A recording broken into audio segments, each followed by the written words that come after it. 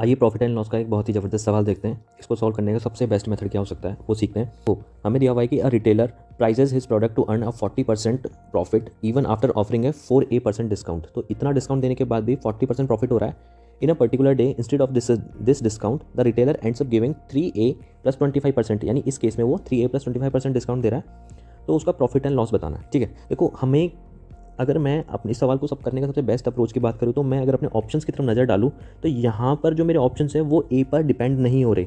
तो यानी ए पर मेरे ऑप्शन की डिपेंडेंसी नहीं है, यानी ए की कोई भी वैल्यू हो मेरा क्वेश्चन हमेशा सही होगा। ठीक है, तो अगर मेरा ऐसा है सीन कि मेरा डिस्काउंट पे कोई इफेक्ट नहीं पड़ रहा तो मैं इस ए क्या करूँगा, इस ए बराबर को 0 कर दूंगा। यानी ये 4A यहाँ से कैंसिल हो गया, इस 3A प्लस 25% में 3A भी यहाँ से हट गया। इट मीन्स मेरा सीधा सा सवाल है कि पहले केस में अगर कोई चीज़ 100 रुपये की थी तो वो बिक कितने की रही थी भाई, वो बिक रही थी 140 रुपये की। बट सेकंड केस में क्या हुआ, उसे 25% डिस्काउंट देना पड़ा। यानी ये जो 140 है इस पर अगर मैं 25% डिस्काउंट दे दूँ, ठीक है, यानी 1/4 कर दूँ तो 35 होता है। इट मीन्स अगर -35 कर दूँ तो वो चीज़ 105 रुपये में बिकेगी। इट मीन्स इवेंचुअली मेरा जो प्रॉफिट हो जाएगा वो कितना हो जाएगा, 5% का। तो सिर्फ आपको इतना सा सोचना था कि A = 0 होगा और हमारा जो प्रॉफिट है, नया प्रॉफिट निकल के कितना आएगा, 5%। ऑप्शन डी मेरा यहाँ से करेक्ट हो जाएगा।